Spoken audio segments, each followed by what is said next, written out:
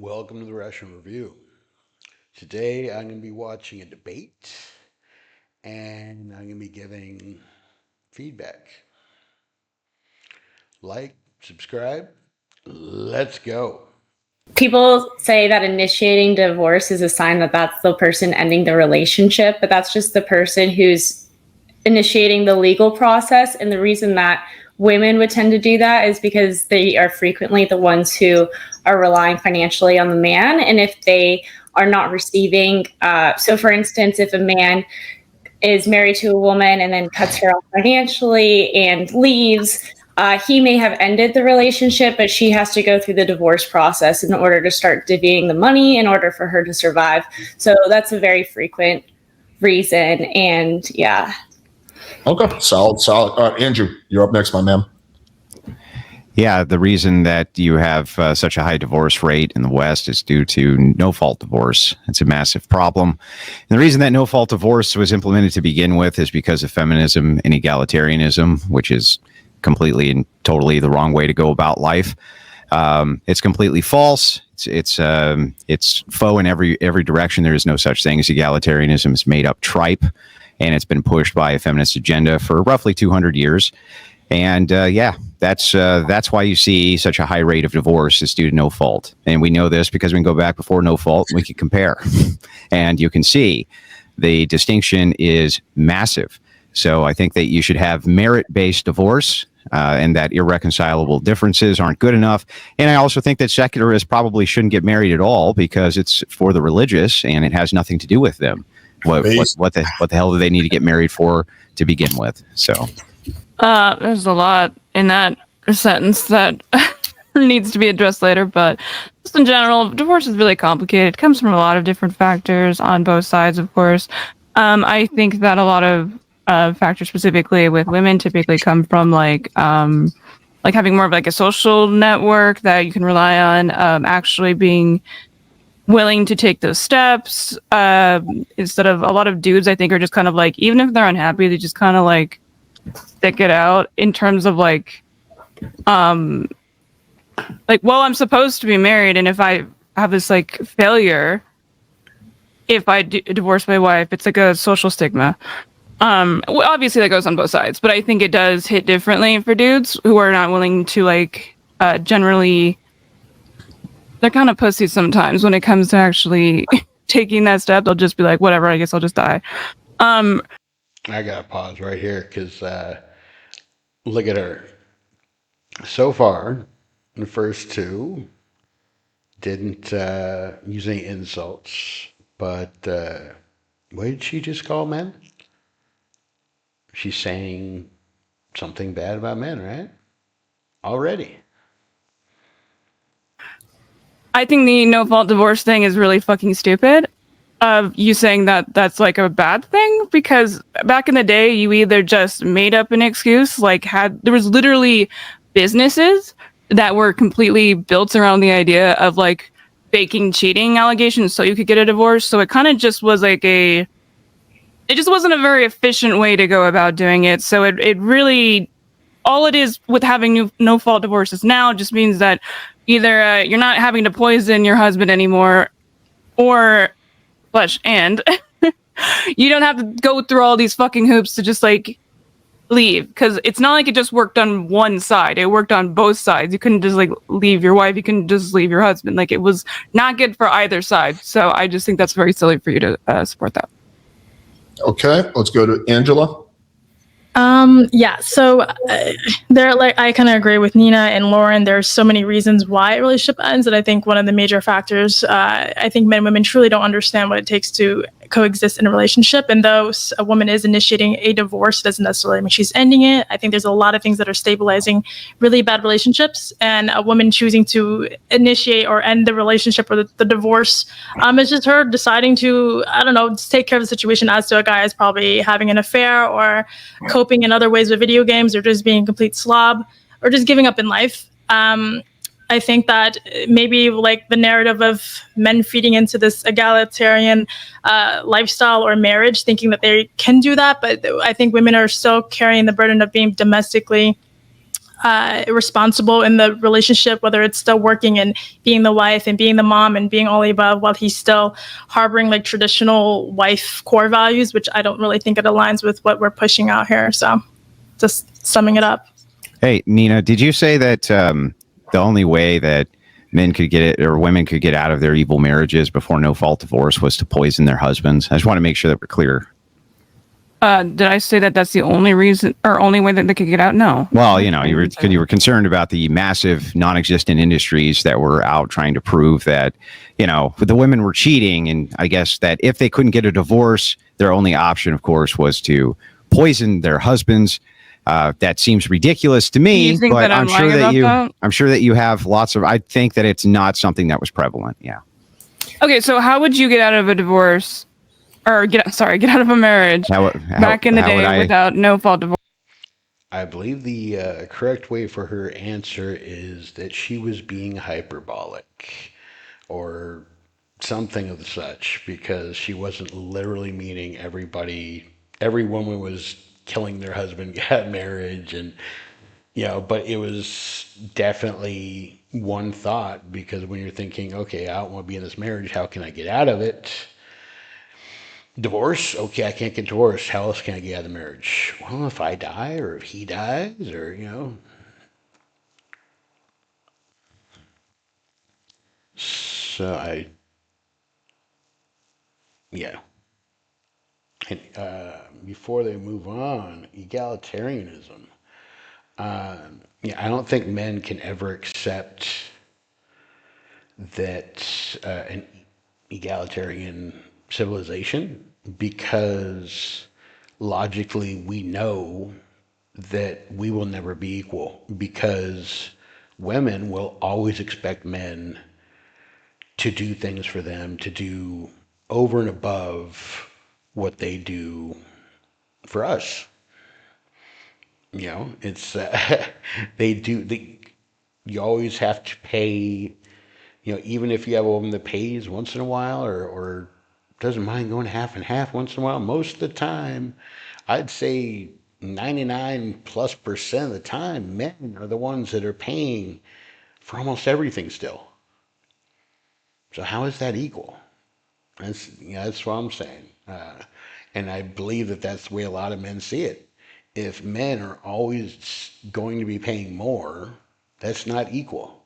So when we go out with our friends, and we, I don't know, we have something to eat and have some beers or something, at the end of it, we're paying for our own stuff. And that's completely equal. So, I don't understand how women cannot see that. Maybe it'd be, well, not maybe it'd be, it would be nice if a woman could answer that for me. How men can see that, or how they can see that, either way, as being equal. Course, like if you wanted to leave, you would go do what's called show cause. So you would show a cause, and then the court would grant you the divorce. What was cause back then? Show of cause. What was the cause back then, Andrew? Well, it could be any number of different factors. So infidelity could be one factor. There was all sorts of different factors. It just wasn't irreconcilable differences. I feel like you had to have a cause. Okay, so a lot of those factors had to do with domestic violence. So you would have that's one factor. Yeah. So you had an increased amount of false accusations of domestic violence between partners, because in order to get out of their divorce, they had to have some or false accusations of cheating. And these things could have led to criminal prosecution. No fault divorce hasn't changed that. No fault divorce hasn't. No, she makes a good point. I disagree with Andrew on this one. I mean, I agree with him in a sense that it's like, yeah, it still happens. But, for women, like I was saying earlier, how can I get out of this marriage? Well, if I try to get a divorce, the only way I can do it is if there's cause, so I have to make up cause because I know they won't accept my cause. And it kind of forced some women to be,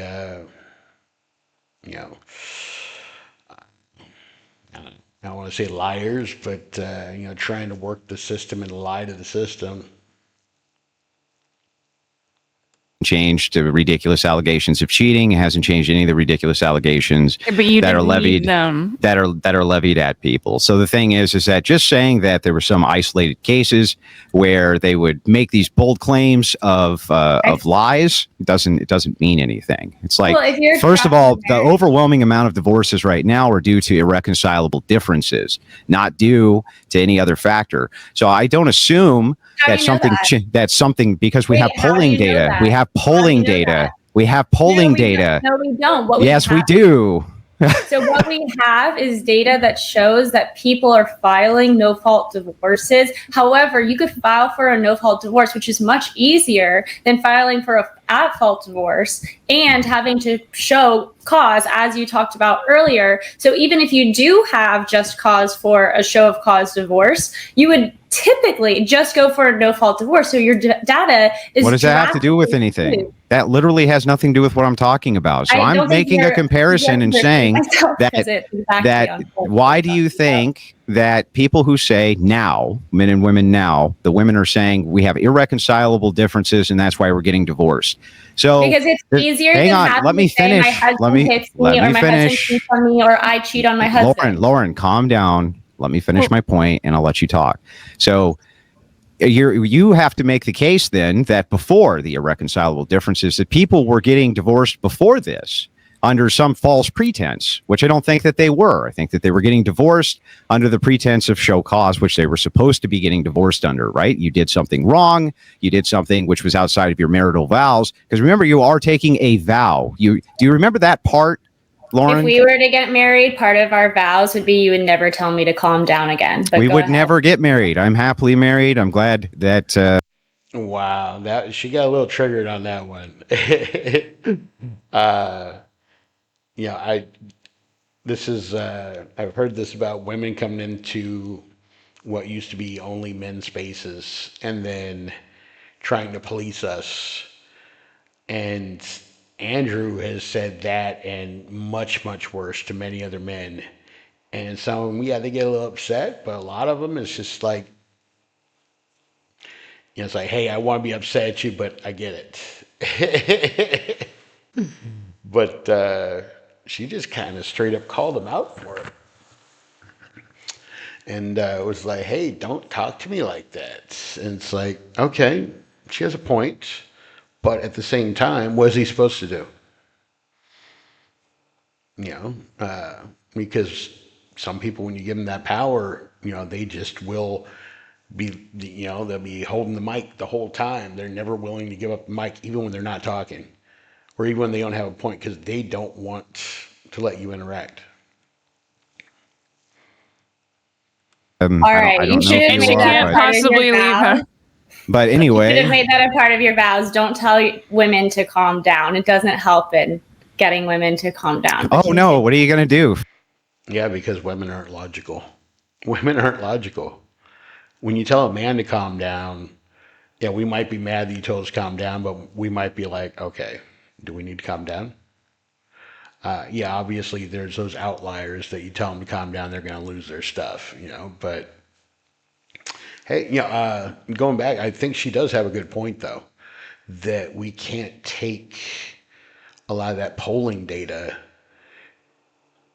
if it's based on what's on the certificates, because irreconcilable differences might be the easiest pathway to divorce. And that would be why people are picking it.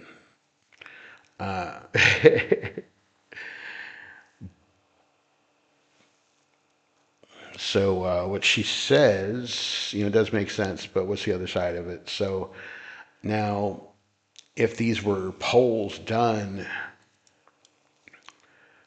from people who have been divorced,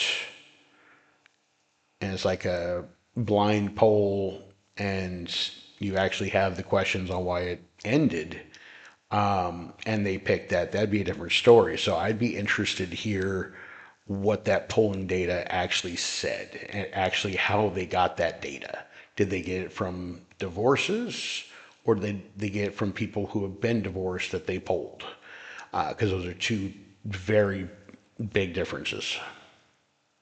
Freak out. Oh, that's terrible. But anyway, back to where I was at before I was so rudely interrupted Oh my by you, God. Lauren. I'd like to note that you still haven't actually given me anything here. So what I'm asking you specifically is, what is the problem with no-fault divorce other than you want to get a divorce because you just don't like your husband anymore? The reason that I have to issue with no fault divorce is because you have to make, in order to get a divorce, you have to make some sort of an accusation. So you have to either accuse your husband of cheating on you, or of hitting you, or of doing something. And a lot of this times this would lead to criminal proceedings. So if you feel drastically stuck, it puts you in a very hard, difficult position if you really need to leave. And also, even if you do have just cause, having to gather that evidence. So let's say your husband does abuse you in some manner, I'm not sure, or does cheat on you, you would then have to gather that evidence. And a lot of women don't have the means to hire a PI or to follow their husbands around. Kind of all day. enjoying the gynocentric way that you're looking at this. It's not just the poor woman has to gather the poor woman has to gather evidence. The man also has to gather evidence. The man has to gather evidence for infidelity as well. Has to gather evidence for these things as well. They both have to show cause because they took a vow. Oh. So if you don't want to take if you don't want to take a vow, a marriage vow, then why are you getting married? One of the things they're not talking about too is the social climate back then with fault divorces. Society was, I would argue, on the men's side back then. They still tried to look out for the women, but they were more on the men's side. They were more likely to believe men. They were more likely to take the man's side, stuff like that. And nowadays it's completely flipped when it comes to marriage. And I think that's part of the problem that nobody ever really talks about, or that we talk about, but we talk past each other about, because that is a big part of the problem. Well, No, probably for I'm- the legal reasons, So like what? Reasons, Oh, like so you can't. So we can't change the tax system unless people are married. That's ridiculous. That's and ridiculous. Another thing that I find. Okay, do you find the Constitution ridiculous? You seem like a fervent supporter of the United States and the Constitution. Why would you say that? Based on what? Because earlier you said that people who are not religious shouldn't be married, and it's funny because we have a First. What does that have to do with the Constitution? Well, we also have a constitutional right to get married. You do. Yeah, loving v. Virginia. Yeah, that's a constitutional. That's a constitutional right. Which amendment is that? It's what amendment? I don't think it's in the amendment. It's been determined. Oh, so it's not in the Constitution. So it's not in the Constitution, Lauren. Right. It's been determined by the Supreme Court to be a constitutional right. Okay, so it's not in the Constitution, Lauren. Yeah, they can't. The government, the United States, cannot prevent you. It's part of your rights to life, liberty. So is it in the Constitution, Lauren? Can you give me? See, she got embarrassed because she misspoke. And hey, everybody misspeaks. Yeah, I've done it a couple times already. Oh my goodness! But no, I'm agreeing with Andrew a little bit on this part, because marriage is supposed to be from churches, and what about religious rights? People voted against gay marriage, and then the Supreme Court came back and said, "Oh no, that's not constitutional. They have to be allowed to get married." And then it was socially and politically kind of forced into our churches, basically, coming after churches. And I think that's when a lot of people started falling off with church membership, because they're like, no, they're changing my religion. I'm supposed to have freedom of my religion to say, hey, we don't allow that in our religion, but they're forcing us to have it. So why am I even going to be religious? I think they're coming back now because a lot of churches are starting to be more like that. You're starting to find more of the, churches are not hiding now because of who's in charge. and you're actually able to say, no, this is our religion. It's not okay to get married if you're gay to another man or a woman to another woman. Which I heard Andrew say another time is like, yeah, if you are, you should be coming into church to try to figure out how to get past that. The amendment, Lauren? Do you not understand how Supreme Court precedent works? Yeah, Yeah, that's I don't precedent. think- That's precedent. That's precedent. it The was a precedent can be constitutional overruled. right. Lauren, For instance, precedent it can be was- hold on. overruled. For instance, it was a constitutional right to have an abortion under a case that was recently overturned. So now that's no longer a constitutional right. But Because as it's of precedent. Because it's yeah, precedent. exactly. So you do understand precedent. Yeah, but Very precedent's good. not a constitutional right. So if you have a constitution, They're talking past each other right now. People generally refer to them as constitutional rights, even though it's not directly in the Constitution. So I don't know if they're just both purposely being this way with each other, or neither one wants to be like, hey, yeah, we are talking about the same thing. I'm going to be picking on you about how you talk. But, hey, it is a debate. How you talk matters. constitutional amendment, you either I need to don't. have Yes, two. it is. It is. Let me considered a finish, Lauren. constitutional You need to right. either have 2/3 of the states come together to roll the amendment back, or you need to have That's literally not an amendment act. works. Yeah. Well, if it's not You can have in the other, Constitution. so it's the 10th Amendment. I'm you sorry. said it. You have said the it's number in right. the Constitution. It's not Yes, in the the 10th Constitution. Amendment. You're talking It's about under the case 10th precedent. The 10th That's so Amendment. The 10th Amendment, it says that the rights that aren't given to the federal government go to the prospective states. Lauren, what are you talking about? No, it's the 10th Amendment says that there's a number of rights that are not specifically outlined in the Constitution. And the Like I Supreme just Court has said. determined under Loving v. Virginia and other So cases. which that part are you disagreeing marriage with? is a constitutional right. People have a constitutional right to choose whom they marry, whether they be interrace and then it was further in Hodges v. Overfeld with gay marriage. So people have the right to choose who they marry. That is a constitutional right. It's not a constitutional right. It's an interpretation by the Supreme Court, and they often get overruled later. Whereas you can't, the Until Supreme they're Court overruled can't overrule later, the amendment. It is a right for anyone in the United States to get married to whom they choose, whether or not they're religious. And I find it odd, even though the First Amendment. So then I can't advocate that there's change? So you're just going to continue to interrupt me and then get upset when I interrupt you. You seem Well, very it seems to be impossible to have a conversation with you unless it's the most long. She got flustered. She's upset now because he started making sense. And she might still be embarrassed that she misspoke, but it's like, come on, get over it. Let's move the conversation along, both of y'all. Winded diatribe I've ever heard. Try to keep your points more concise. I think it's hard for you to understand big concepts. I get that. I'm trying my hardest. Maybe if you use small words. Okay, I'll try from now on. So, Andrew, are you? You see what Andrew did, though? He took it. It was like, okay, I'm going to stop attacking you, but I'm still going to mess with you. And so him using banter with her, kind of put a smile back on her face. And the other girls were like, okay, we're ready to start moving along again because now we like you again. In favor of a small government? No. Why?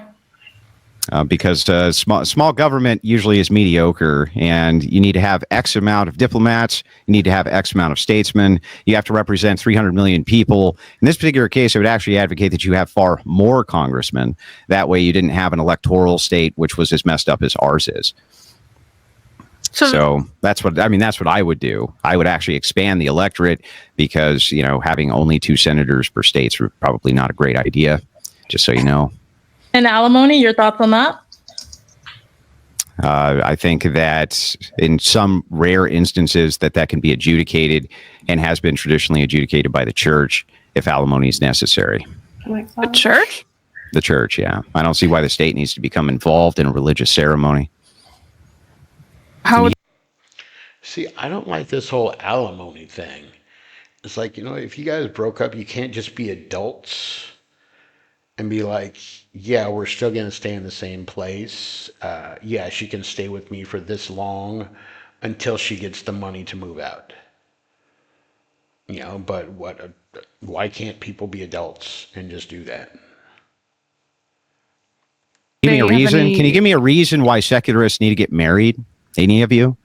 Like, why is that a good Well, I would idea? assume because they love each other. I mean, You that's can love each probably other why. without marriage. It's a religious. Okay, but you might have a sacrament. tradition in your family, like that you would want to get married. You mean that came from the religious people in your family? Hold on. Okay. I'm curious. So Yes, it did.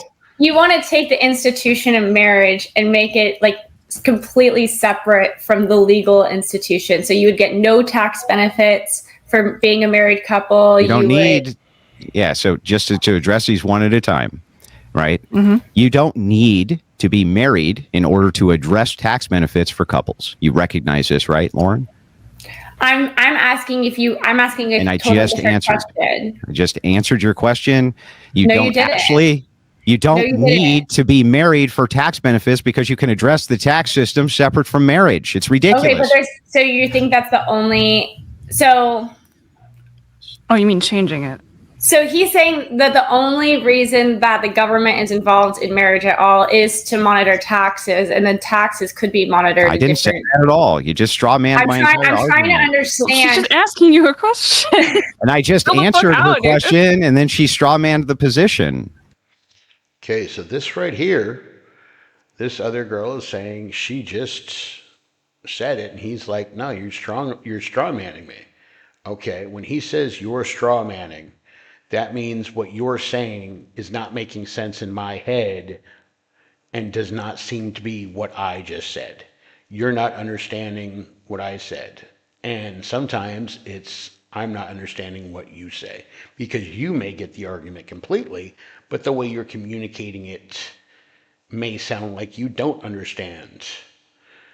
And it's just, if people don't know how to communicate properly, you can have two people that completely understand. I've been there before where I had two people, it was two of my friends, and I wish I could eat much better than this. It was a long time ago. But they were both agreeing on something. But the way they were saying it was making them think they were disagreeing and saying something completely different. But it was just like the perspective or whatever that they were looking at it from that made them not realize they both wanted the same thing. It was crazy. Communication. No, So, I'm, like, I'm if you want to know the trying my position, best. just ask, and I'll give it to you. She was literally just doing that. Like, chill the fuck out. No, she literally wasn't drunky. She literally didn't. Yeah, and he just teased her back because she was just extremely rude to him, which she just did to him what the other girl up in the top left got mad at Andrew for doing earlier.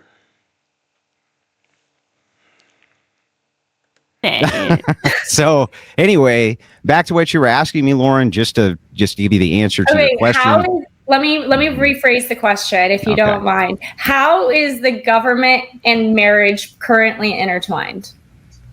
So right now they're the adjudicators. So at the moment, you have to go to the state in order to become licensed, and you also have to go to the state in order to get the license revoked. So essentially, they operate as a middleman adjudication system between the partnership and the marriage. So I think that can be done by the church, and it doesn't need to be done by the state at all. It's never been necessary, nor is that something which is traditional. That is not a traditional thing if which you is done. separated it, right? So if you separated this into like a religious ceremony and you have the states not involved in marriages at all. However, the state would still monitor couples for the purposes of taxation. So what would that look like? And could The couples same thing it looks like right now. No, because it's not marriage. It's no longer a religious thing. It's no longer for the dignity of family. There's in legal precedent, a lot of marriage issues have to do with the dignity of families and creating the best society possible for the modern era. It's encouraging birth rates, et cetera, et cetera. Yeah, I agree. You're just going to interrupt me every time I talk and then complain if I interrupt you. Oh my goodness. he didn't interrupt. And if anything, she should have been happy he was agreeing with her.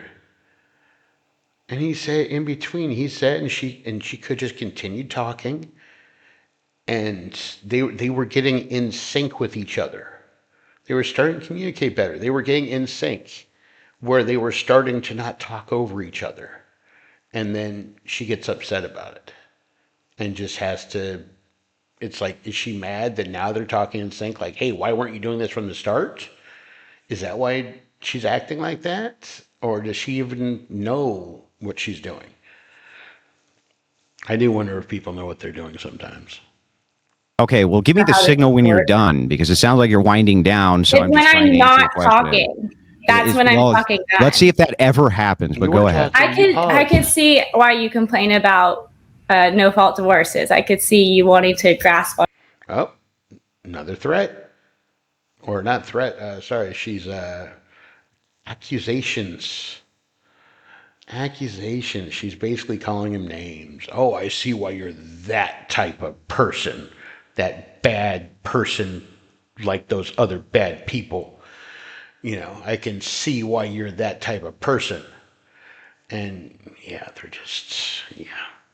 To your wife as best as you can. I could see that she's probably running the Oh, fuck out. great! That what a swell argument. Are you going to get to an argument? Because I'm The other girls laugh about it because they think the same exact thing about him. Right? Tell me I'm wrong. still waiting for one. Dude, I lost my.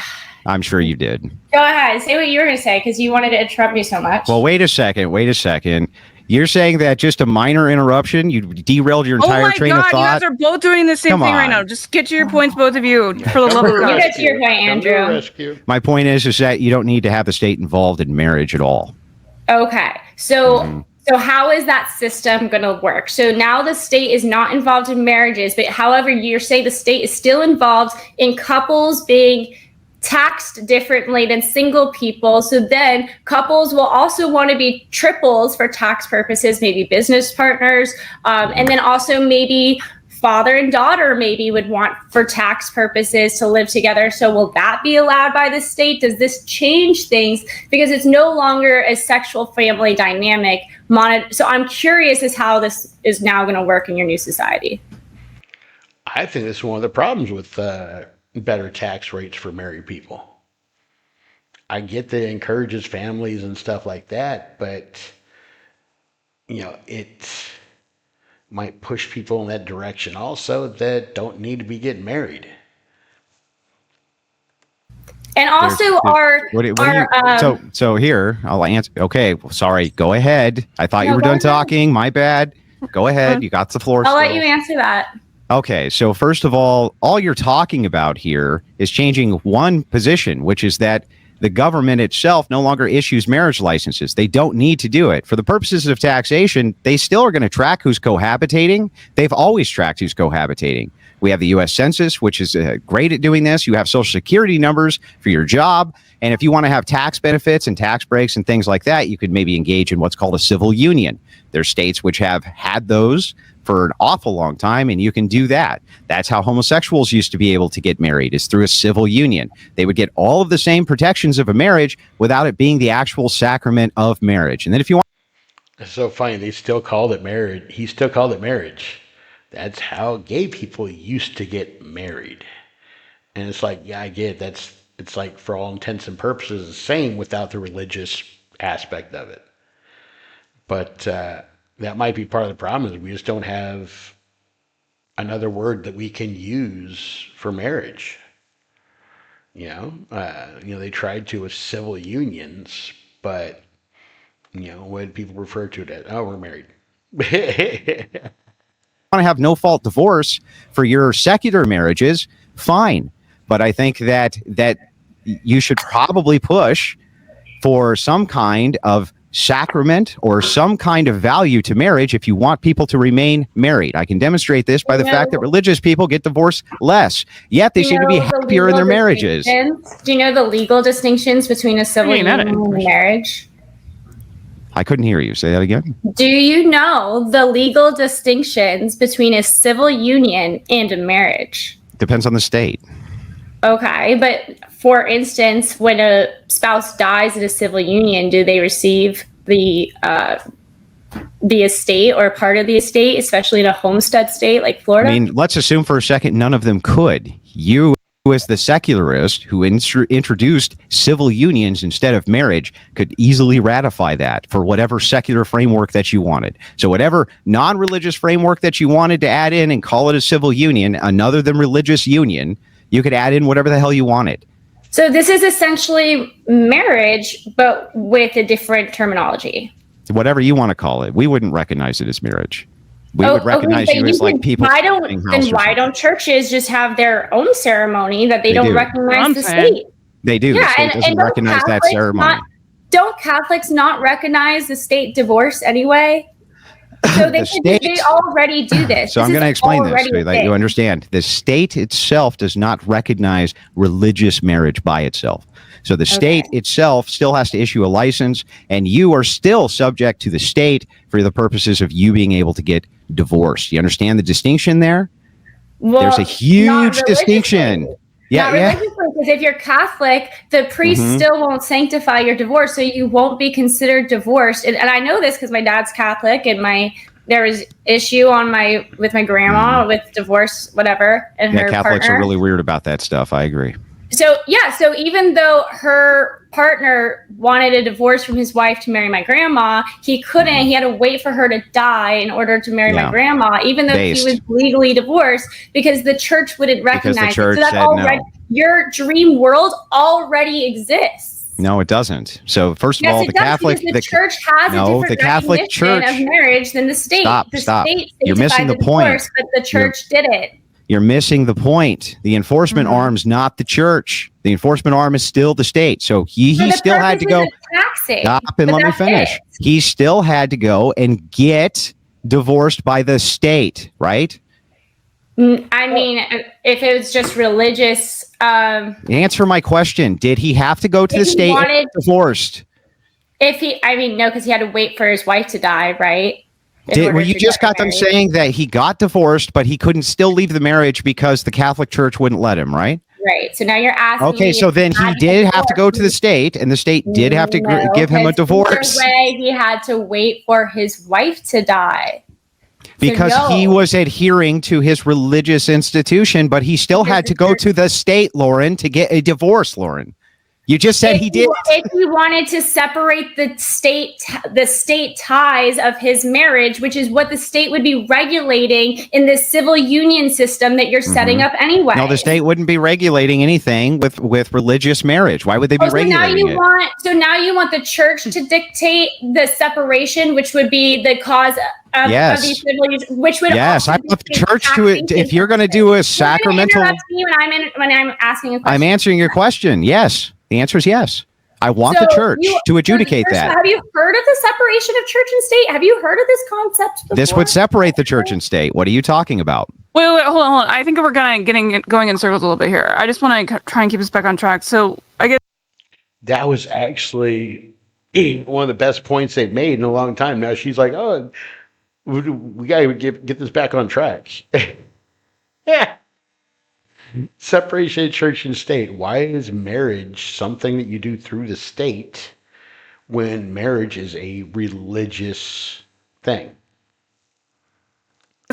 I'm not necessarily cutting anyone off here, but like, Andrew, like, if you can already get married via the church without being legally binding currently, then what are you complaining about? Why did you get married for a legal purpose? Which I assume you did. I'm not sure your particular situation. Like, if you're saying that you could just do a ceremony with the church, right? That's what you're wanting, yes? No, currently priests cannot marry you without the state. Well, I mean, but it would be like you could have that within like your religious practice. It just wouldn't be legally binding, correct? No, you really can't have that because. But that's what you want, yes? Yes, there's laws that make that illegal. So usually a priest. Or make it illegal? A priest, yes, a priest often in most states, I think, actually has to have the authority of the state and issue you a marriage license in order to marry you. Are you talking about bigamy laws? No, I'm not talking. Oh my goodness. He's talking about the basic way that marriage works. Any priest, minister, whatever, they all have to be licensed by the state for the marriage to be legally binding. And I think there are things under that say that they can't do it, or not that they can't marry you without it, but it's like fraud if they marry you without filing a marriage license. Talking about bigamy laws. Well, I just don't understand why you can't just have that done. What law are you referring to? Because I've never heard of a law that a religious ceremony couldn't take place without the state's permission. You can literally never heard of this law. So Right, you can exactly. make that, but it's not a recognized marriage. The state should still have By to the recognize. state, not recognized by the state, but you don't want it to Stop. be recognized by the state. The state, stop. The state should still have to recognize the marriage. That doesn't mean that they have the authority to adjudicate it. Stop proving I'm making bad points. Stop. What You are making bad points. What would that look like then? No, you're the one making bad points. What's the What does problem with my recognized by the argument? state mean if it has give no me an actual value from the problem state? with my argument. Let me frame it the best. Okay, here's the argument.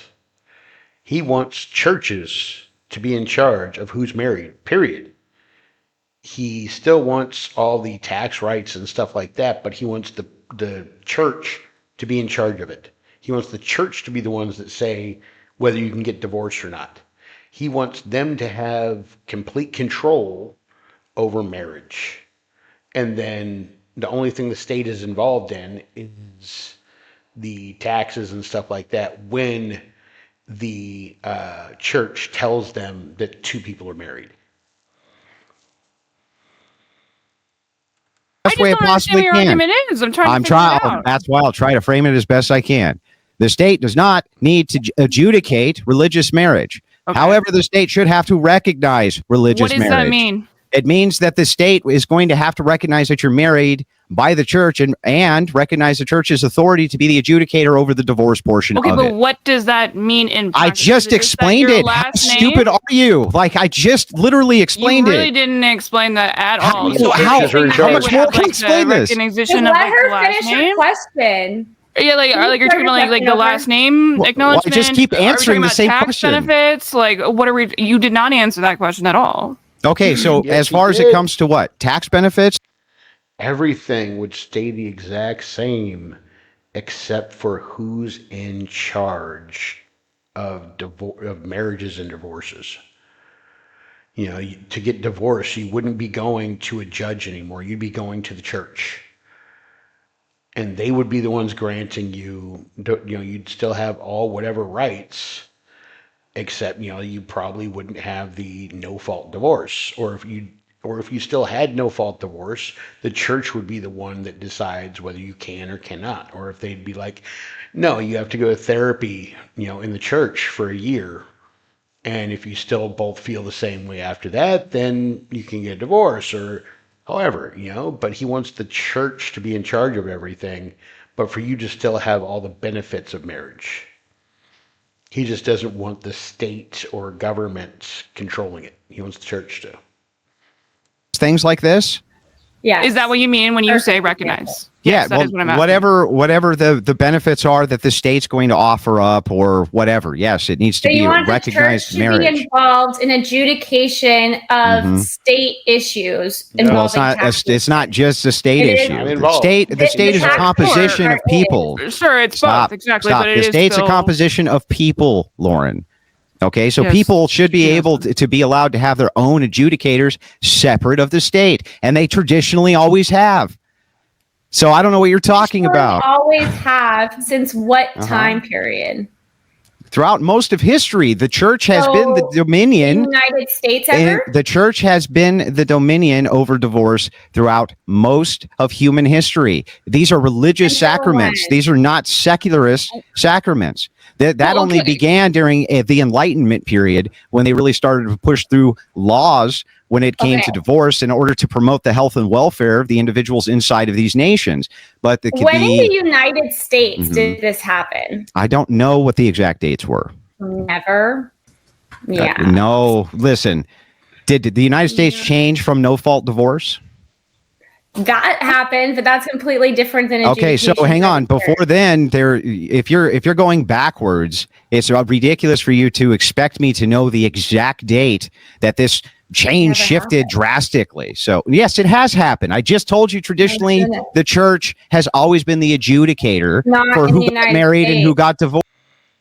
Yes, they're both right. Not in the United States. I don't think they've ever been in charge in the United States. But the state, not the government itself, but the states, I believe, kind of were more in charge of marriages and stuff. And it was kind of ran by, the leaders of the community, which were very church going and, you know, but I get what she's saying. Maybe that's why we don't have it that way. But also, he's not arguing about how we have it. He's arguing about how he thinks it should be. So you can't ignore before America. That's the way it's always been. Whether or not it was like that when America started does not matter if it was that way all the way through history. So it's possible for the church to do this. And, even if the government hired the churches as contractors to be the ones that take care of all this, but leave decisions and stuff up to the church. But then that goes back into, what laws are we going to have on it and stuff like that. Then you're just mixing church and state again. Divorced. Not in the United Yes. States. Who do you think founded the United States, Lauren? Who do you think founded it? Who got here first? Like, in what sense? The Native Americans. Who got to Who America landed on the first? United? Like, Yes. I say Vikings are probably. Are you talking about the country? Like, I'm so confused. It's like when In the someone United, asks me the where I'm United from. States, Like, I'm the from United States California, had but my the United States had parents are, Puritans. Lauren, the United States had Puritans who got here, Puritan Christians. Okay, they were not appealing to the state because the church was the state. Okay, they were the And state. did they put up the Constitution of the United States? No, that came later. Oh, okay. So it's not so the United States never, right, had the church adjudicating. You mean the when same United tax States that benefits claims all went men up. are created equal? Doesn't say anything about women being created equal. Didn't allow women to have suffrage. Didn't allow women to have any of those things. Didn't allow women to vote because they weren't stakeholders. Also made sure that they had limited access to property. love Aren't these the all pivot. feminist? Aren't these all feminist propaganda? What a pivot. So That is your overall argument. What? You're asking me to Andrew. give you a precision date for something. I don't know that off the top of my head. never happened. You're doing a I'm really good telling job you, of not there's actually never a What? Tell period me in what United never States happened. Let's make history- sure. There's What? never a period in United States history when the church was adjudicating marriages for the purposes of taxation or any other legal benefits. Well, no, that's not true. The entire 1700s, the state had limited involvement in marriage. What are you talking about? The Okay, so What there is was no Protestant, tax various benefit. Protestant sects. There wasn't hardly any taxes in the 1700s, Lauren. I'm Like, what are sorry. you- Do you know what the Revolutionary War was paid or was done over? What are you talking about? Oh my God. How dumb are you? What does it have to do with anything? Well, I'm asking you. Do you know why the Revolutionary War was started? I know that what the propagandist said in the Revolutionary War, Okay, the United so what States do you think it was? propagandists. I think that Surprised. the war, well, regardless of why I think the war was fought, that really has no bearing or merit on any of this. No taxation without representation. That was propaganda. In case you forgot. That was patriot No propaganda. shit. It was patriot propaganda. Exactly. Didn't mean it didn't happen. You understand? Propaganda doesn't mean that it's a lie. Oh, great. Well, now we have tons of taxation with representation. I What a mean, wonderful- wasn't what a the Tea wonderful outcome. Party, wasn't like the whole Tea Party thing Wow, good about argument. the tea being taxed too much? So you're telling us there's no taxes and this entire fucking country was founded I didn't on say that. that. I just said there wasn't very many taxes, and I got to tell you that Yeah, there wasn't Literally, the entire reason was because there was too many The taxes. purpose of marriage. No, that wasn't the entire reason for the Revolutionary War. That's insane. You're talking about the Boston Tea Party, and you're talking about patriot propaganda, which happened. The patriot propaganda Okay, was I am an necessary for the war American. effort. Okay, I support my country. I don't Good for you. appreciate your bullshit here. Oh, I'm mad not that I'm siding with the liberals. I just want to say that. You It's made just me silly. answer. That's unfortunate. I'm even wearing a conservative shirt. Damn. All right, let's redirect. We covered. So hang on, no, let's not redirect. I'm not done yet. I want to know. I would like to know, when do you guys think the income tax started? What I don't get is why her down the bottom right doesn't understand that whether you're a patriot or not, there can be propaganda that's geared toward patriotism.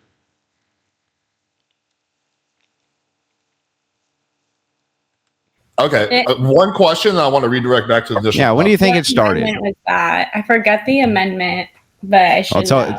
It's okay for you to not know I can anything Google off it the if top of you your want. head, right? Yeah, go ahead, Google it. 17th When Amendment? Was it the did 17th income Amendment? tax start? When did the income tax start? I 1861. wanna say- What was it? 1861. No. Civil War prompted the first American income tax in 1861. Yeah, okay, that was for the war effort. But the actual income tax that you have now, right, okay. that started in the 1900s, just so you understand. The 1900s. That was a good So history now, lesson. Let's so now redirect. as you move back, hang on. So now, Was it the 17th Amendment? Finish. So I want to redirect back to the initial topic. We covered history quite enough. It's not related at all to the. yes, it is related. How's it related? Because we're talking about the history of marriage, Alex. How's that related to the idea of why Divorce? Divorces. Just give me like a simple explanation. Because in this particular case, what they're trying to say is that I have some kind of incoherent system. And yet I'm saying, no, it's actually your system which is incoherent, which is leading to the maximum amount of divorces which we're having at the moment, right? Because No, that's specifically, not true Let finish. because specifically no fault divorce. So if you're Okay, looking but at, divorce rates are falling, Wait, right? let me finish. Lauren, let me finish because I asked Calm my down, question. Lauren. So again, when you're looking at this, no fault divorce is a primary cause for why it is that women institute. So this is what the question is, right? Why do women have or institute so many divorces? Why are they petitioning so much for divorce? Things like this. It's actually really simple. It's because there's very limited penalty at all for women to go and petition the court for a divorce. They almost always win, and they almost always get more assets. This has been what has traditionally happened since no fault divorce was instituted. They usually get the kids, they usually get the house. It's a pretty bad deal for men. It's a big problem. That's why we got into all these other things. Okay, let's just try to keep it on track with, you want to talk about the history of divorce or whatever, that's fine. But let's not get into like fucking income taxes and whatnot and like why the revolution happened. Like that's not really quite related. But yeah, Sure. Did you know, fun fact, U.S. divorce rates hit an all-time 50-year low? Isn't that a fun fact? Because almost nobody's getting married. That's why. So that's what you want. You don't want the secular people getting married. You don't want secular people how to low marry tier you people are. No, but you literally just said you didn't want the secular people getting married. So maybe those are the people who are not getting married. Right. So what I want to do is shift people. I want to almost shift. definitely, because it's the So I wanna religious people's job to get married. So I want to Probably, shift. yeah. So 50-year low is kind of misleading because there was a big boom, right when no fault divorce started. And then, everybody had to find an equilibrium. They had to reassess what marriage was going to look like with no fault divorce. She is right. Lauren is right that divorce rates are slowly going down. But you could also argue that marriage rates are going down. Although evidence shows that that marriage rates are about the same as they were. So for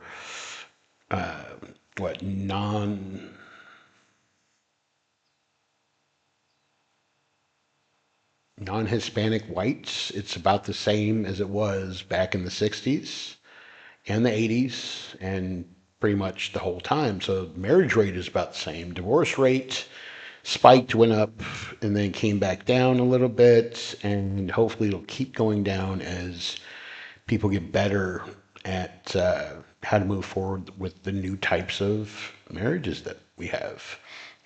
Now, interestingly enough, Asians also have the same, except they've had no spikes, which is kind of funny. Asians in general have had the same marriage rights since like the 1950s, and the divorce rates have stayed like exactly the same for Asians. It's crazy. Um, Unfortunately, for the black community, the marriage rates have gone way down. It's cut in like half since the 1950s. And yeah, it's sad, but that's one of the questions to ask is why did they take such a big hit?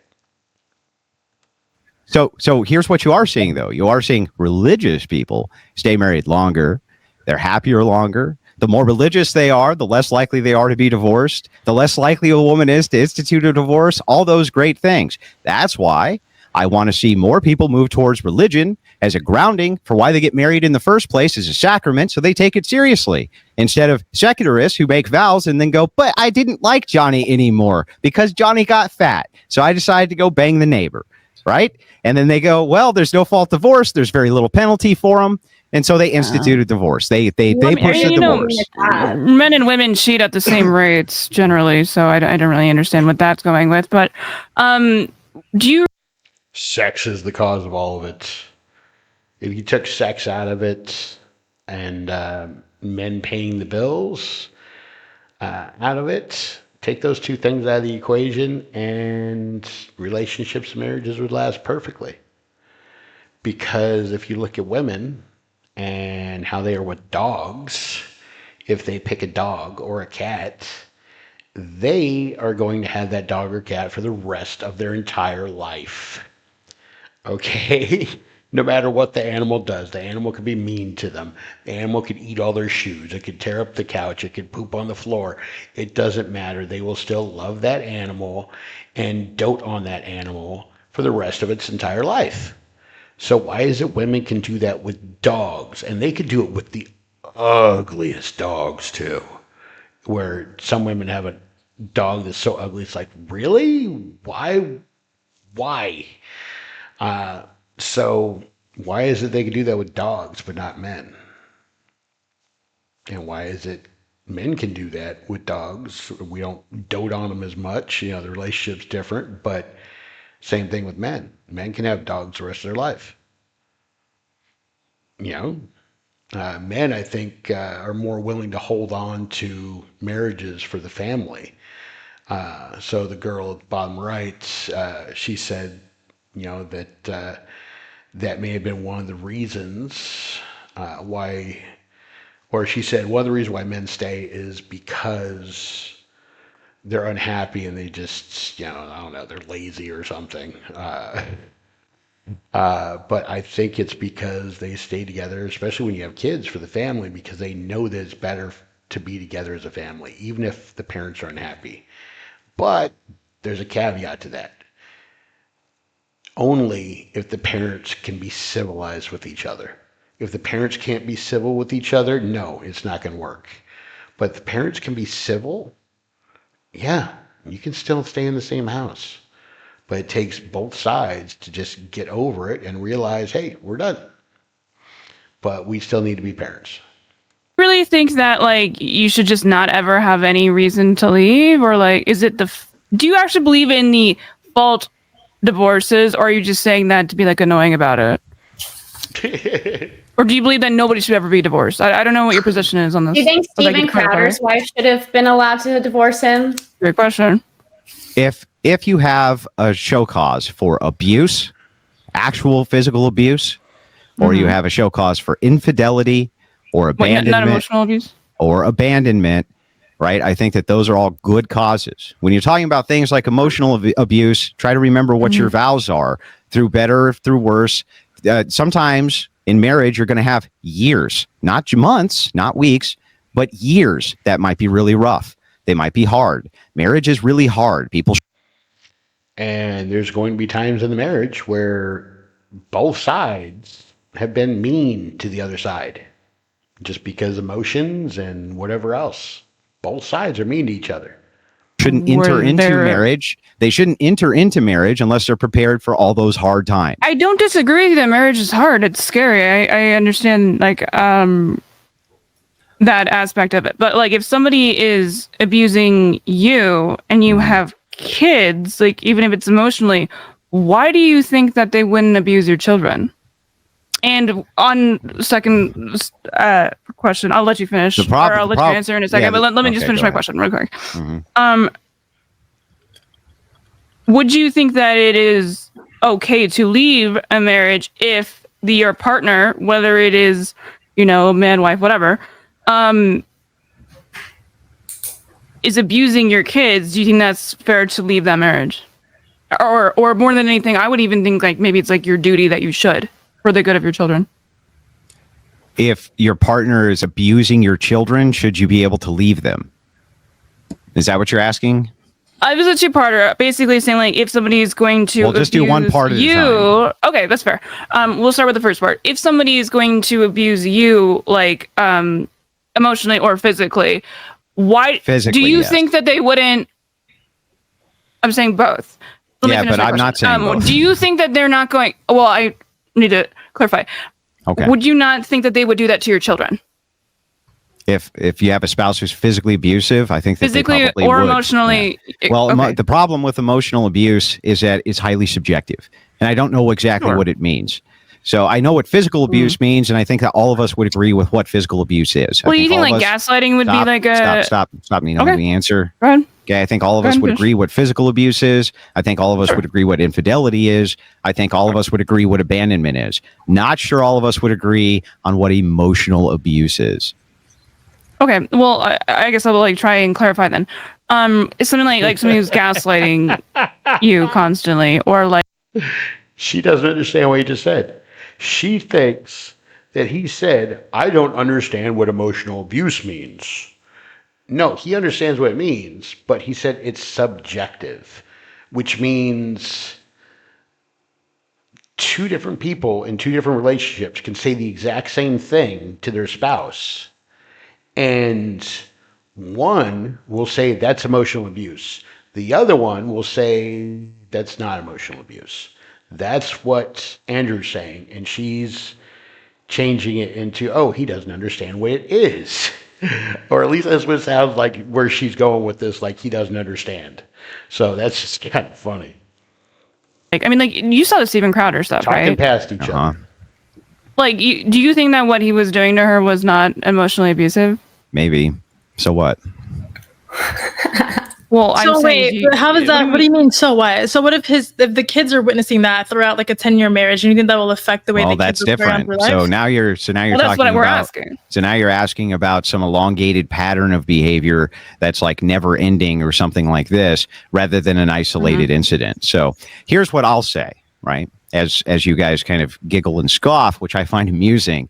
All of you, every single one of you, have been mean to a man, right? Or have had men be mean to you. Every single one of you have had engagements with men, especially whoever you're dating or something like this. I'm sure we all have. Where the guy's been a shithead or you've been a shithead to the guy. But that didn't mean that you broke up the relationship over that. A marriage is something that's should be much more difficult to break up than just some relationship you have with a boyfriend. And the thing is that human. Hang on. Let me finish, and I'll turn it over. I promise. But emotionally, if you're talking about emotional abuse, I think that that's really difficult for us to agree on what that's going to be, because I think a person could maybe even emotionally abuse you for 3 or 4 years and then stop doing it. Marriage is work, or whatever you consider to be emotional abuse, or you them. Also, the other messed up part about emotional abuse is you could be emotionally abusing someone and not know it. So you could be saying things that sound completely normal to you and to many other people in the world, and the other person could still be taking it as an offense. So you would be emotionally abusing them. So it is highly subjective. Marriage is work. Relationships are work. Relationship dynamics are work. Now, let me ask you this. Before you guys ask me another question, who here besides me is married? Raise your hand. Oh, wow. You've researched us. Okay, you're married, Angela? Yeah. Are you lying, Angela? Just curious.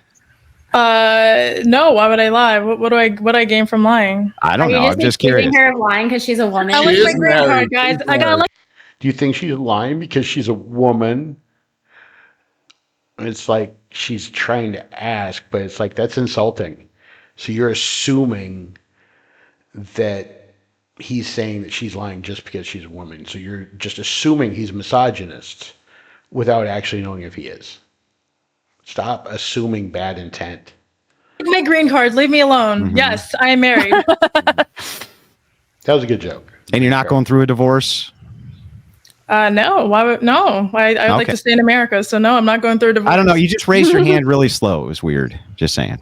Well, I didn't know there was like a follow through question, and I was like, all right, what's going on? Well, here? I'm just But yeah. saying, like, before you guys are so that quick makes to say sense. anything about what's emotional abuse or what isn't, maybe Well, you But should you have to have be married to know which one is Angela, what. you Well, my order problem isn't. with what we're talking about is like I understand what you're saying, but if you're married and then maybe you're comparing it to like a modern marriage where people get married within like the first 2 years of meeting, but like if you've been with someone long enough and you're saying that this behavior will slowly go away, if the behavior goes away, whether somebody is just ignoring the situation, it's only going to get worse. But I don't see how a guy can be emotionally abusive and then just slowly not be emotionally abusive anymore. I don't see like how like if you're in a relationship Right. with somebody, What's I don't emotional? So let's start. Okay, we need to separate those two because not any of those two, but I'm saying those two concepts. Andrew brought up, yeah, if there's a pattern of behavior, okay, but that means a certain type of behavior. And if he's always yelling at you for the little thing, whatever, okay, that's pattern behavior. If it happens over a period of time, yeah, that's I would say it's abuse. But if you're talking about, oh, we got into a fight and he yelled at me because I was yelling at him, that's not emotional abuse. You guys just had a fight, but women will say because they get into an argument with a man, they'll claim that the man emotionally abused them and not take any account for themselves and things they said and did to emotionally abuse that man. What about emasculating men? How often have women emasculated men in relationships? That's emotional abuse. There's emotional abuse on both sides. I get the concept and idea of emotional abuse, but if we're going to consider it as a factor in anything, we need to come up with the exact definition of what it is. With this, then, if it's going to be pedantic, tell me what you think emotional abuse is. She gave an example of gaslighting. I would say depriving of funds. I would say Why is depriving of funds emotional abuse? so. For instance, I know somebody who her husband would go out on trips. I don't care about an anecdote. I care about the argument. Why would giving you an depriving example. somebody? It's just giving you an Anecdotes are not an example. argument. Give me an It's not argument. an argument. It's an example. You asked for an I example. Just didn't give me ask. one. I asked. He's not asking for an example. He's asking for an argument. There's a difference, and that's what neither of the women seem to understand. So an argument for financial abuse is you never let her have any money, you never buy her anything, you never, you don't give her money for groceries, and you always have to be the one controlling the money 100%. But financial abuse, I would say, goes the other way too. If a woman has access to all the finances, they have bills coming up, and then she starts spending money that they were supposed to be saving for something, or they decided they weren't going to use for, or they decided they were going to save to use for something, and then she uses it for something else, or if he does the same thing, that is financial abuse. Financial abandonment, stop paying bills, and you leave. Specifically for an argument. So what I want to I'm know, going to answer the way that I was going to answer. what I want to know specifically is an argument for why it is that deprivation of funds is emotional abuse. Okay, I'm going to give you an example Of course. of how deprivation of funds is emotional abuse. I know someone whose husband would go on trips, and even though they had a newborn baby and she was in college, he would cut off their credit card when he would go on trips, and he wouldn't tell her how long. And sometimes it would be days, sometimes it would be months. And why would he do this? Is it that she would go on a spending spree using the credit card every single time he left to get even with them? Or was he just being abusive? Which is it?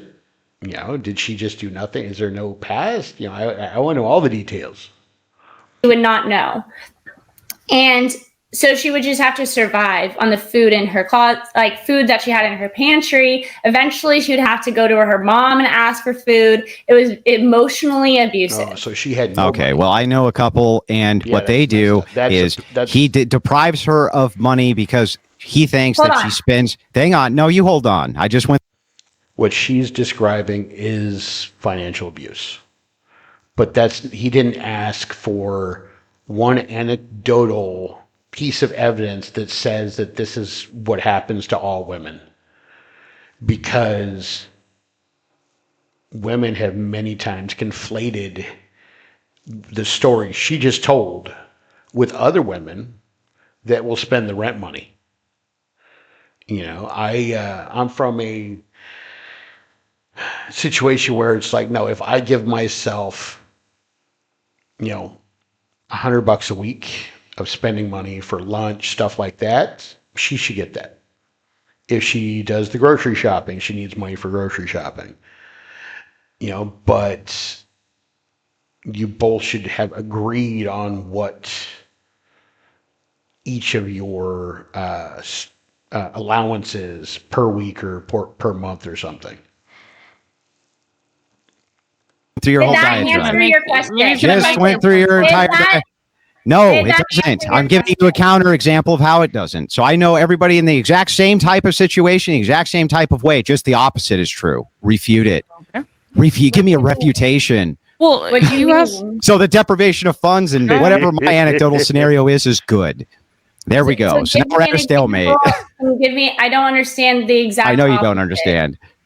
Yeah, so he's doing a deprivation of funds, and it's actually good because it works for their marriage instead of she doesn't like it, I guess. Whatever the anecdote I'm curious. is. What is your anecdote? I'm actually curious. So the anecdote would be that she spent too much. She spends too much money. Because she spends too much money, he cut off the credit card payment, so he deprives her of funds. That's good and healthy for the couple. I've known couples where this has happened to them. Here's an anecdote for you. There you go. So refute it. Okay, well then that's probably not. Yeah, well then that's probably not a. If it's something that like she has an issue and well, then no, they, it's actually emotional abuse to him, huh? How dare she make it so that poor guy has to freeze her credit cards? He'd love to share the money with her. You might be right about. See, she tried to take it back to, and if they agreed that he would cut off the credit card, it's like, no. She's overspending. She's spending frivolously where they will not be able to survive financially. So he's taking the lead, he's taking control and saying, no, we can't spend that money. That's fine, but that doesn't discount what her argument was and what's her argument? Her argument was an anecdote, not an argument. Do you remember, it's an example. It's an anecdote. You take geometry, Andrew? Those things are not mutually exclusive. What? I'm wondering what year you took basic. What the fuck does that have to do with the price of tea and the Boston Tea Party? Geometry is. Yeah. So when he says it's anecdotal, it is anecdotal. And is an example? Yes, it's an example. And that's a possibility. But he's saying there's the complete opposite possibility where she is, okay, what if the guy is out gambling away all the money and she's in control of the checkbook and she cuts him off? He makes all the money, but she gets all the checks. She's in control of the bank account, and she cuts him off because he keeps gambling all their money away. Is that okay? Yeah, it is. Yeah. I struggle with logic structures because of geometry. Well, not because it's not geometry's fault. Okay, Lauren, let me ask you a question. There's 3 laws of logic. Can you name them for me? What do you mean 3 laws of logic? So are you saying, like, for instance, if A, then B? Yeah, the 3 laws. 3 laws of logic. There's only 3. Can you name even one of them? Yeah, it's like if A, then B, if... Oh. I don't remember. Like, you would have to know this off the top. Maybe you should have stayed in geometry, I guess. Identity, non-contradiction, excluded middle. Like, I mean, you like, should have stayed in geometry. You're just you realize how dumb that you make yourself look, Andrew. When you I made myself look dumb. That's for sure. You just easily Google. Like, you're really gonna think like. She feels offended. She feels dumb because they don't know the laws of logic, because they don't even understand that there are laws to logic.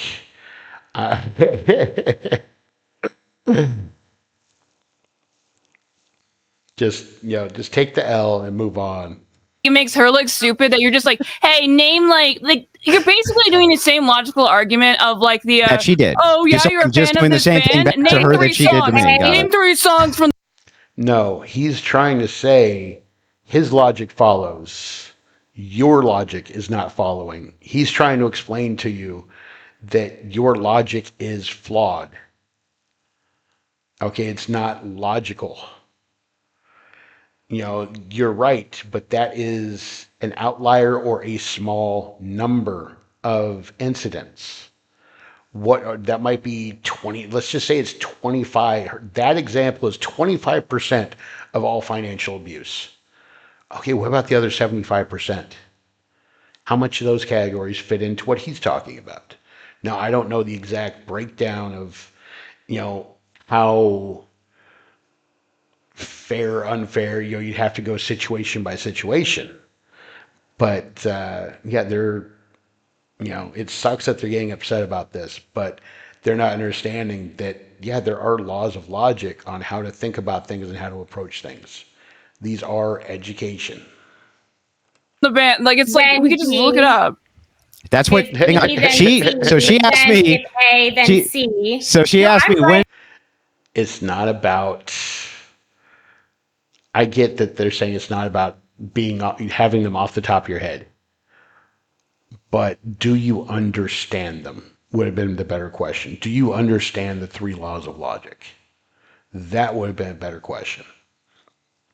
When did you fail geometry for your logical argumentation structure? Okay, so I got a perfect score in geometry. I went on to get a perfect score on the ACT. And there's that. Yeah, she was trying to compare logic to geometry. There's rules with geometry. There's lots of rules. You have to use logic with geometry, kind of, but you're mostly just following a set of rules. There's a lot of logic outside geometry. I went on to get a perfect score in the GRE in math, and then I went on to be a math major. What does geometry have to do with the logical structure, Lauren?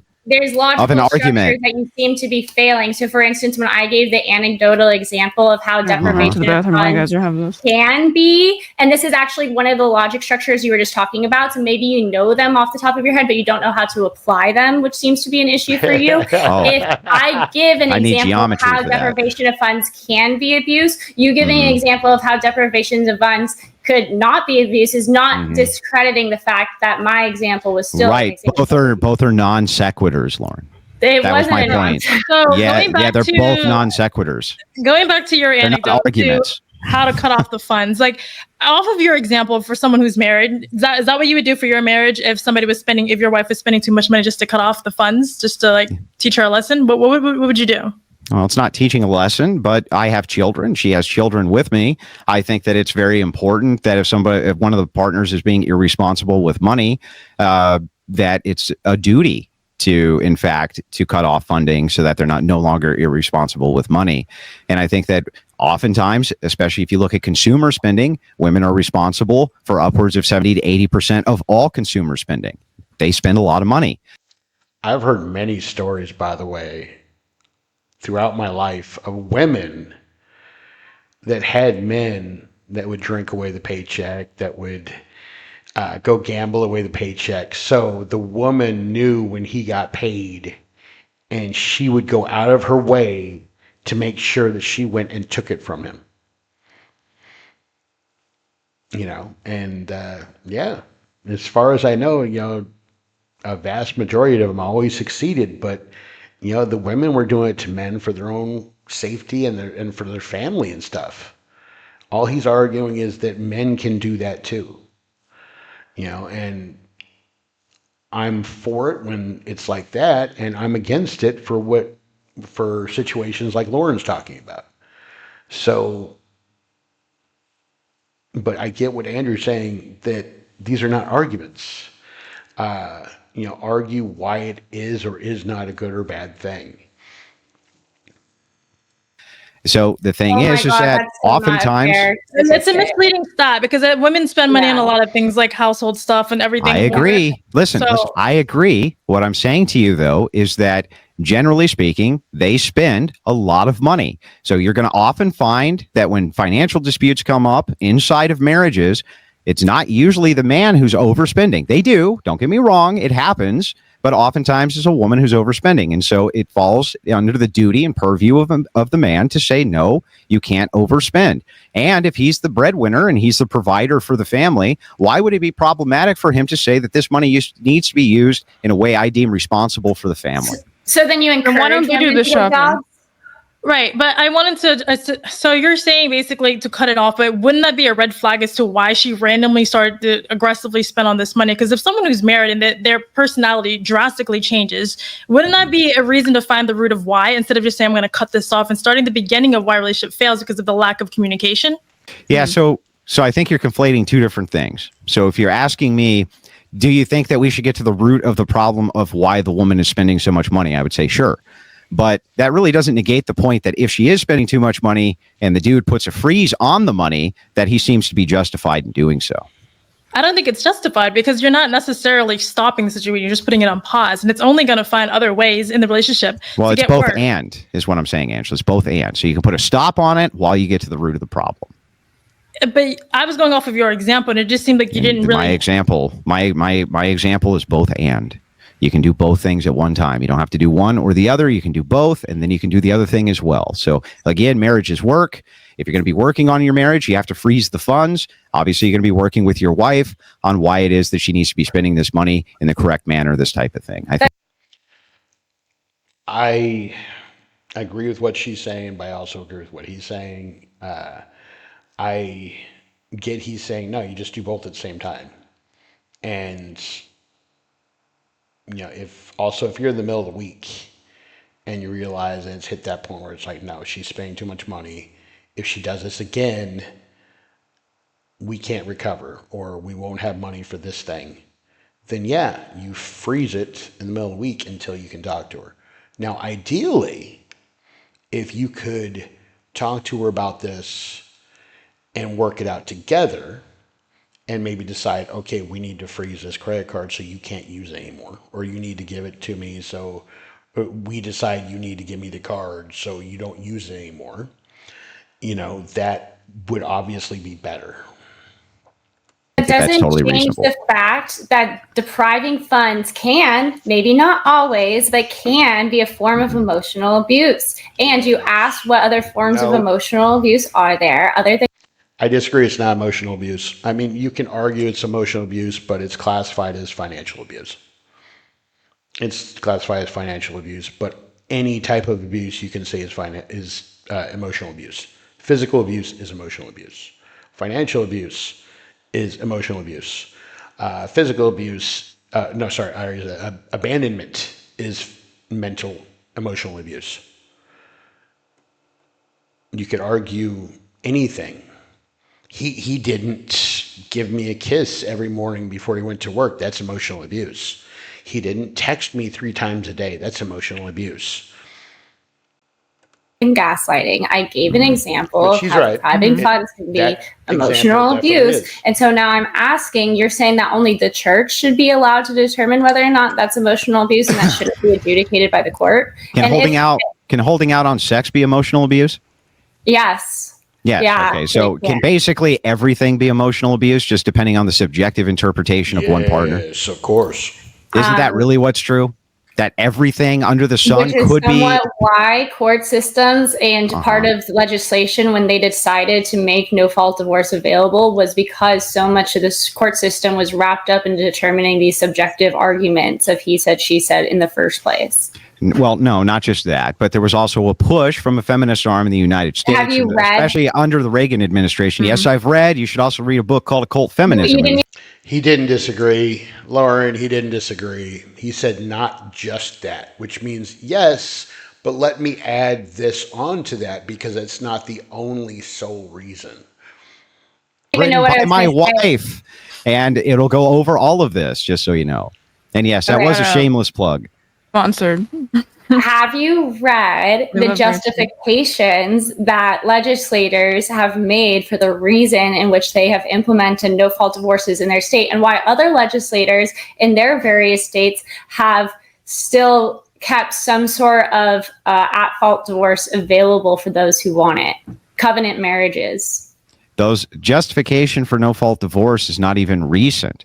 So there you'll find justifications throughout feminist literature going back all the way to the early. Listen, I'm answering your question. No, you're not. Yes, I am. Let me finish. You'll find justification literature going back all the way to the 1800s for an attempt to push no-fault divorce or being able to get divorced for no reason at all. Because you want to. It's part of the women's liberation movement. They've been pushing for this forever. Under Reagan, there was all sorts of different justifications which were pushed for it. But here's the thing. Reagan started in California by doing this, and then he made it nationwide. It was a huge mistake. How did civilization survive, Lauren, pre-Reagan instituting no-fault divorce? How? Why didn't everything just blow up? Okay, so I love how you pivot from answering my question and give me another question, but I'm just going to repeat my question. It's like the most thorough way I could have answered it. What the legislators wrote. Which legislator? There's various legislators. Yeah, give me one name. You don't know one name. You asked me a question. If I've read, you like that band? Name 3 songs. So under the footnotes of give me one name. Oh, just let her answer the. Just answer mine. Give me a name, and then I can answer the question. You don't know the name. A lot of things that I've read. So she's trying to ask about what most people believe was the general consensus for why, without actually stating who said what. And the reason Andrew doesn't like that, he wants specifics, is because that can get very dangerous. That can get, you can take something someone said and you can say, look, this is what they said, this is what they meant. When if you read in context, it could mean something completely different. So I get where they're both coming from, but this is not a time to be speaking in generalities is kind of the side I'm falling on. That's not something you should be speaking about in generalities. When you're trying to say this is what the consensus was, you need more actual proof about what it was instead of just what you believe it was. Even asking me the question. I'll look at the researcher. Which Supreme Court justice wrote that? I couldn't give you the name. I've read Loving v. Virginia. I couldn't give you the name of the Supreme. Do you know the Supreme Court justice who wrote that? Have I read the justifications of the people whose names you don't know? This is big brain stuff, Lauren. I'm asking under the footnotes of all of these laws. For instance, the creation of the covenant law. You can look up why the legislator wrote that into the law, and they give their rationale. And I'm asking. That's nice of them. No, I haven't read everything that everybody's ever written, Lauren. Yes. Yeah. Then why are you expecting her to have done the because if she applies the standard to me of have you read X, but she can't even tell me the person whose name I should know. It doesn't matter. Nina, you're just like you have you have to know everything. She is referencing what someone else said. I get what y'all are saying that it doesn't matter. The point that she's trying to make is what matters. But if she's making a point on false pretenses or false understanding or false knowledge, that's why it would matter. So I'm not saying that she would purposely lie. I'm not saying that she's trying to mislead or anything like that. But you can't expect someone to just take what you say at face value for something just because you say it. That's why we have proof. That's why we have evidence. That's why we have, this is where I got the evidence. The numbers I gave earlier, I could go back and, give you guys the sites that I got the information from.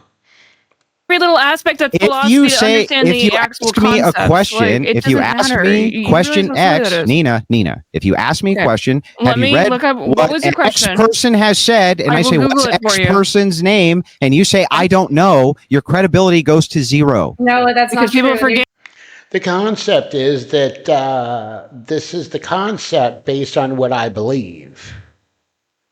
He's not so sure you guys formulated a proper opinion on what you read. So that's why he wants to see it. Names, that's very silly. That's very silly. The author's name.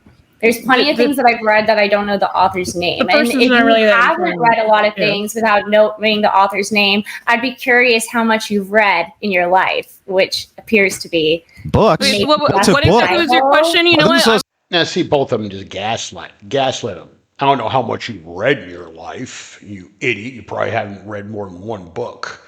That's what Lauren just was basically saying. It's like, come on. Y'all think emotional abuse is bad, but you're emotionally abusing him for wanting more information, for wanting more facts, and not just taking what you say as the truth and its face value. I will Google it for you, my guy. If you don't know the name either, I don't know. I will Google it for you. What was your question that you were getting all pissed off and trying to pivot and distract from her line of thought? More gaslighting. But I don't think she's doing it on purpose. She's saying, oh, you're trying to pivot and stuff like that. It's like, in his mind, from his point of view, he's not pivoting. He's asking for more information. He's speaking directly to the topic. The answer. You don't remember the question that you're going to Google? Do you want me to repeat the question? I was looking up something else. By all means. Okay, so the legislators who wrote, for instance, Georgia, does Georgia have covenant divorces? Okay. I don't know. The various states in which have covenant divorces, they typically write a treatise as to why they created a covenant divorce, or why they got rid, or why they changed the legislature. I'm wondering if you've read any of these treatises. No. Okay, so you don't know any of the legislators' justifications for getting rid of at-fault divorces? Well, no, that's not what I said. There's more to a legislation process than a treatise. So there's all sorts of political justifications which are done on the national and localized level by several different authors. Oftentimes, legislation like this is not even drafted by the person who writes it. It's drafted by external parties, Lauren. So no, I may have read quite a bit on it, but that doesn't mean I've read an example of a treatise directly. So, okay, if you've read quite a bit on it, can you please give us some of the reasons and why these legislators chose to get rid of at-fault divorces? Where? And which legislature? Let's just say New York. Okay, and which legislature? Under who? Who introduced the legislation? I'm asking you why. And I'm just asking you to give me the answer so that I can answer your question. You don't know which specific legislature. Yeah, so don't ask me stupid questions, Lauren. Stop asking stupid questions, Lauren. That definitely comes off like you know what you're talking about. You're not just kidding. Definitely, Andrew. I'm asking. Well, it sounds like she doesn't know what the hell she's talking about, though. From that side, from Andrew's side, it sounds like she doesn't know what she's talking about. She's saying this is what they said is the reason for why they changed it. And he's saying, even if they did say the reasons that you believe, because that's what they said, there are other factors. Asking you a broad question. And I get it. You're asking me to pin it down to a specific person. I'm asking you, what is the rationale legislators gave for getting rid of at-fault divorces? Where and which legislature, Lauren? Why not New York? New York, for example. Okay, which legislator? Literally any of them. You're saying that you've read some of these decisions and it's a more broad thing, it's more general, and there's these public, it wasn't just... Are you asking me if I know? So I just want to make sure I get this right. If you're asking me, Andrew, do you know a specific legislative body in New York and their justifications inside of New York for why they did X thing? The answer to this particular question is no. What's your point? Can you give me any rationale that these legislators gave for any legislator in any jurisdiction gave for changing the law to no-fault divorce? Sorry, to at-fault divorce to no-fault divorce. Yes, I can give you what the Reagan administration said. Why was that so fucking difficult for you? Okay, go ahead. Well, next time, just be either concise with your question or make it make sense. You guys don't gotta do this whole thing. Let's just stay unfocused. So, go ahead, Andrew. Anyway, Yes, so the Reagan administration, they pushed this in California, and much of the justification for it came from literally the liberal arts section of California, liberal universities. And what they were pushing at the time was that women were subject to all sorts of different types of abuses, and that the patriarchal system in which they were living under were oppressive to them. And this was a huge push in California. And as they say, as goes California, so goes the rest of the United States. So yes, those were many of the justifications which were given at the time for why it was that we needed no-fault divorce. But there's other far more specific examples going even further back in history, as feminists have been pushing this for a long time. People say, Yeah, so all three women, you can find points throughout the whole video where they're gaslighting and abusing Andrew. There were a couple that Andrew did directly to them too, but that's the problem. Those three emotionally abused him. He emotionally abused them. Those three are on the same side, so they're not emotionally abusing each other. That's how it works. As long as you're on the same side, you're not emotionally abusing each other. But if you're on opposite sides, you're going to emotionally abuse each other. So they say it's bad, but how can they justify them doing it to him, whether he's doing it to them or not?